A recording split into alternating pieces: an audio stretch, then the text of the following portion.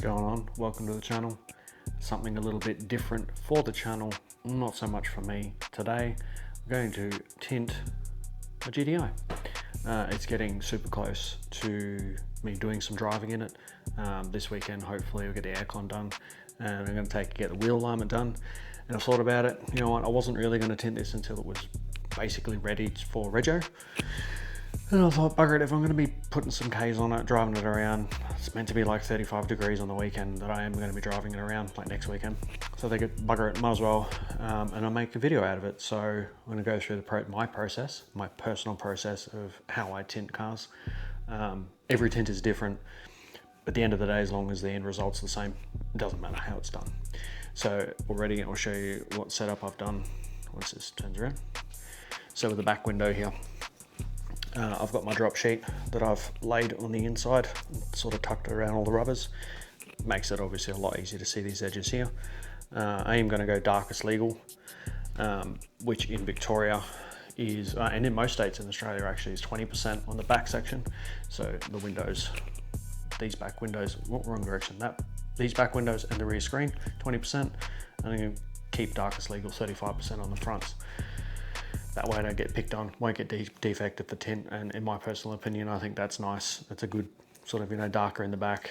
You can put stuff in the back so people can't see it and that sort of thing. So I'll set it up on the tripod and I'll go through my process. Alright, first thing I do, bit of Mr. Sheen, furniture polish and a rag. Spray it on the back window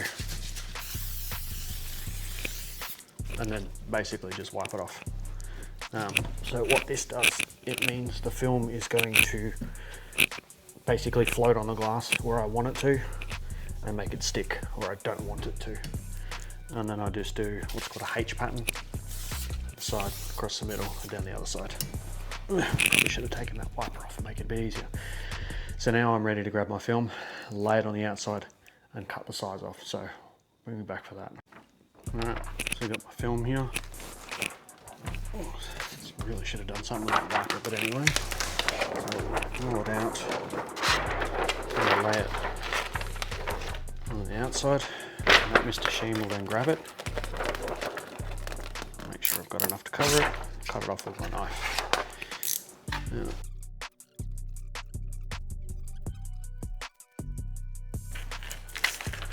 So that's the excess cut off. Now, I'll come over and I'll show you how it's looking. So it's not overhanging the rubbers at all. Covers the whole thing. It's a bit hard to see up on the top there.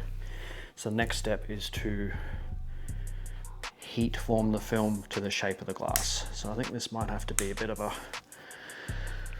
time-lapse type thing, but the first thing I do before I shrink is I forget my tools. One of these, it's a gold card, spear card, full card, hard press card, whatever you want to call it, but nice and sort of got a bit of stiffness to it. So with the H that I did with the Mr. Sheen, I'll lift the film up and just hard press over that H to anchor the film so it doesn't move anywhere. I really should take that off. Down and up again, all the way to the top. And now I've got all my space down there. I'm actually going to take that off. That's really bugging me. Hang on. Alright, we're all set up. Now we need heat gun, spear card. It might be a little bit hard to see, but you can kind of see these, what we refer to as fingers or spears across the window. So basically, most common question I get is, oh, the film goes on the outside. No, it doesn't. The film is flat. The glass is curved. I need to make the film the same shape as the glass. It's not so bad on the side windows, but on the back windows, 100% of the time, except for like dual cab utes where the glass is flat, you need to do this sort of thing. It's going to get noisy. This is probably going to be a bit of a, you know, heavy music thingy. Anyway, whatever. Words are hard. So I'll get going, watch what I do. I'm going to turn the heat gun on and I'll manipulate the film and then go over it with this.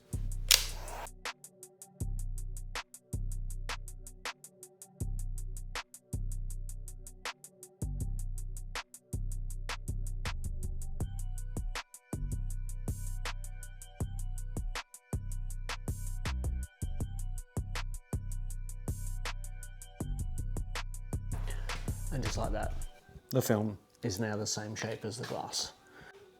Okay, now that's all shrunk up. Next thing I'm gonna do is get my knife, my alpha knife. Make sure my blade's nice and sharp, which I wanted to change before I do this. And then I basically just cut around the black microdots. So you can kind of see that on this window here. You see the black edge. So there's a bunch of little dots in there. Actually, I'll pop you off so you can see that a bit better. So these little dots here. So basically I'm going to cut the film to right about there. So there's no gap when it's on the inside, it just covers it enough. So I'll get started doing that. Alright, knife's all ready. The other thing that I've done too is I've put some lights inside so that I can see the edges better. Because obviously being slightly darker film, it's a lot harder to see the edge when it's darker, you know. So grab my knife and I'll cut around the edges. I'll start up here.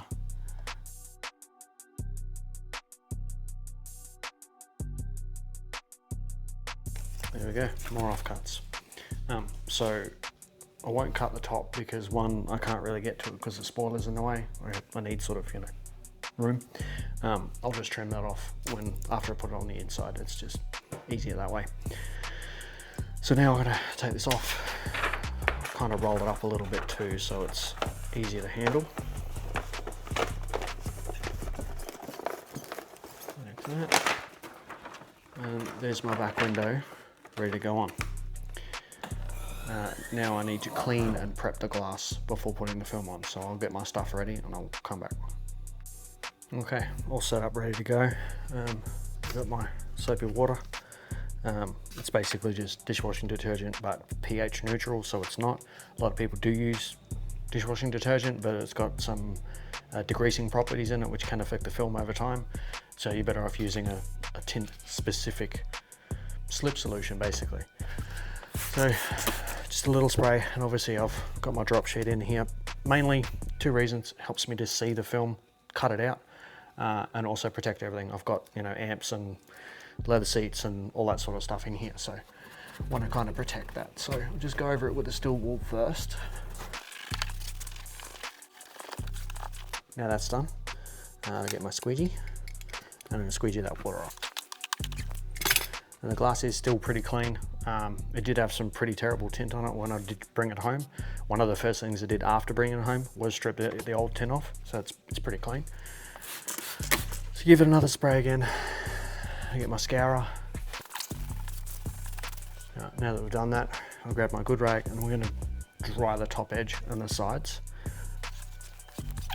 Now that that's done, squeegee again. All right, now we need to flush the window. So it's basically flushing the sides and across the top, like this. And now the tint's ready to go on. I keep referring to tint film, it's the same thing at the end of the day. So I will peel that off screen, we'll come back and put it on. Okay, here we go. Pop it on. I'm going to overhang it on the bottom, concentrating on each hand at a time. Paying special attention to the gaps up the top to make sure that there are none. Are you catching on? Go. That's perfect.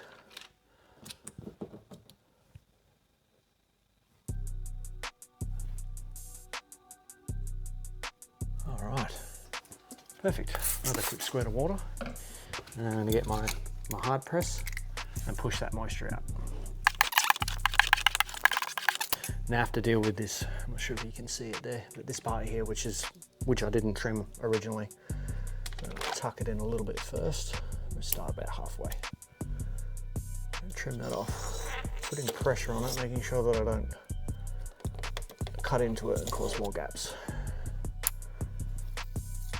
There we go, trim that little bit off. And do another hard press. Right, now last step that I do to get my spear card, which is half of what I use to shrink, and it's literally cut it in half at a diagonal. I'll go over it with the heat gun and effectively seal the edges. And that's it. It's tinted. So I'm just going to get my chamois here and just get any excess water. Get my other rag and just give it a little bit of a clean. Makes it easier for me to see, you know, imperfections, spears, dirt clusters, that kind of thing. So I'll get all my stuff out of the way.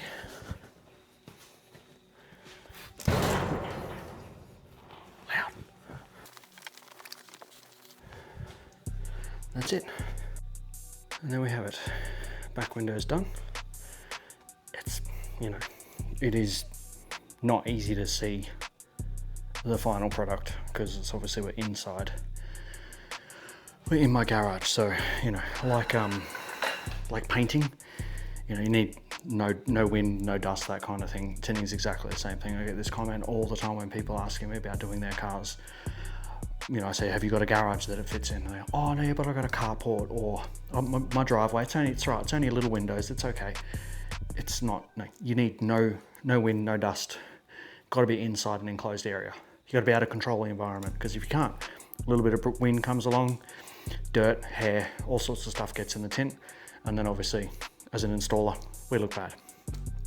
Anyway, so that's the rear screen done. So now we're going to do the sides. So we'll start with this one here, the cargo window. All right, so with this window here, it's basically the same process. Clean it, lay the film on, trim it out, heat shrink it, so you'll be able to see a little bit better in the heat shrink with this window, and then cut around those dots. So it won't bore you with going slow. We'll do a time lapse and you'll be able to see it. Hopefully I won't get in the way too much. I might move.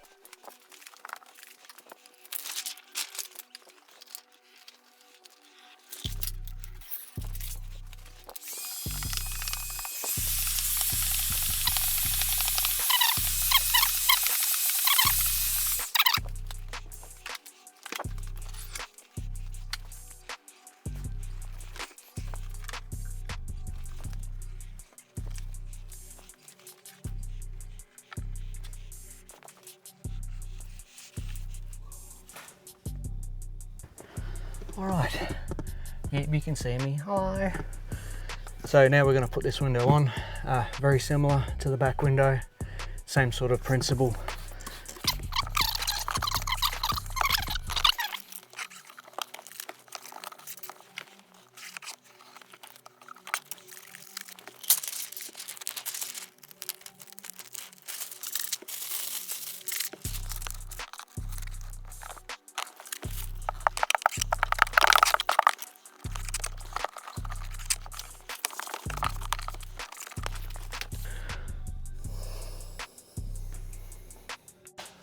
All right, now we're on to the front one.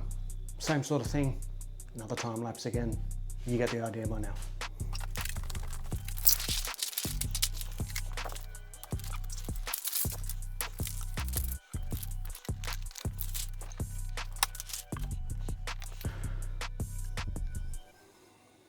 All right, door trim's off. I've got a video about how to do that on these on my channel. I'll put that in the description. So slightly different, start with the front doors. Start with a 1-inch stainless steel scraper blade. So we'll do that one over the glass.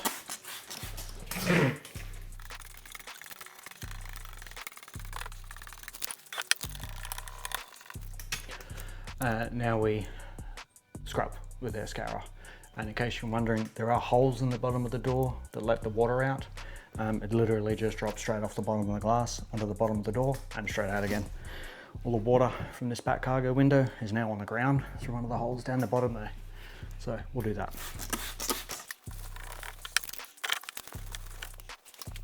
Forgot my chamois. So once I've done that, I'll dry my top edge of the window. I don't accidentally bump it with the film. Get my good rag. Squidgy. Now we get the tint ready.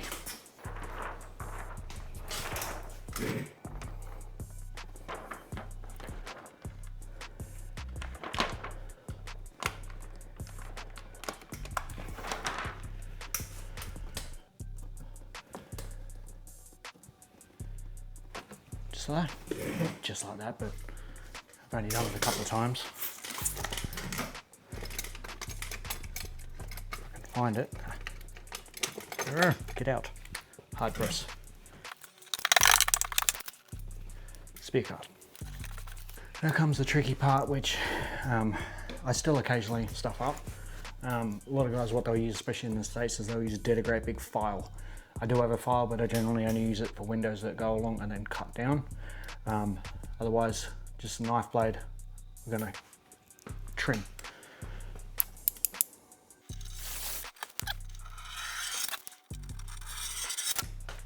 It's gonna be really hard to see, but that was, oh, is it focusing? No.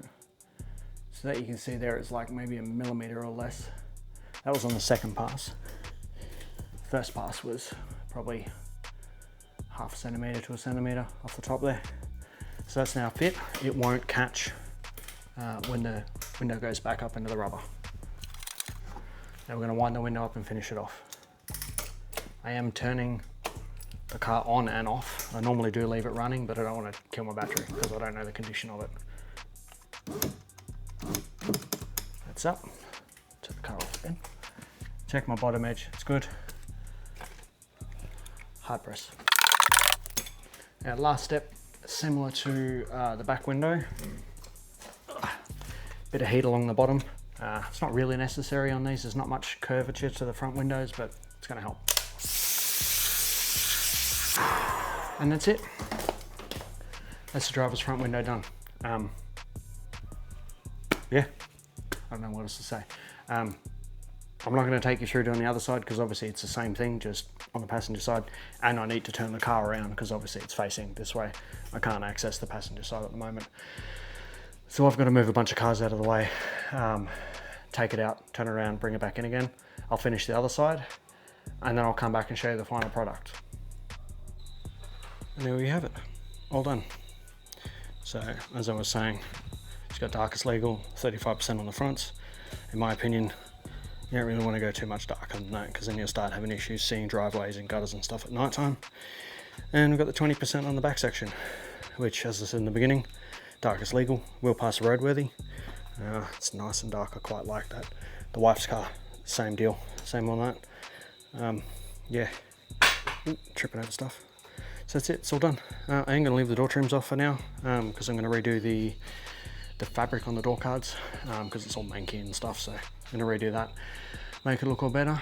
Oh, look at that tailgate in the background. That's that tailgate I got off Baz, legend. Stripped it down, got all the stuff I needed off it. I'm just going to hang it there for a while. It's always handy to have a couple of spares. Alright, so that's it for me this week, this video. Now you understand my process and what a process of tinting a car. If you're local to Melbourne, you got a GTi, you want it tinted, let me know, drop me a message. I'm on the, don't forget, I also admin the Proton Satchery Australia GTi Facebook page. Shoot me a message down there if you want me to come and do it. If you're relatively local, I'll come to you. If not, you can come and hang out and we'll do it here. Anyway, have a good weekend, a good week, good day, good night, whatever you're doing when you're watching this. See you later. Uru.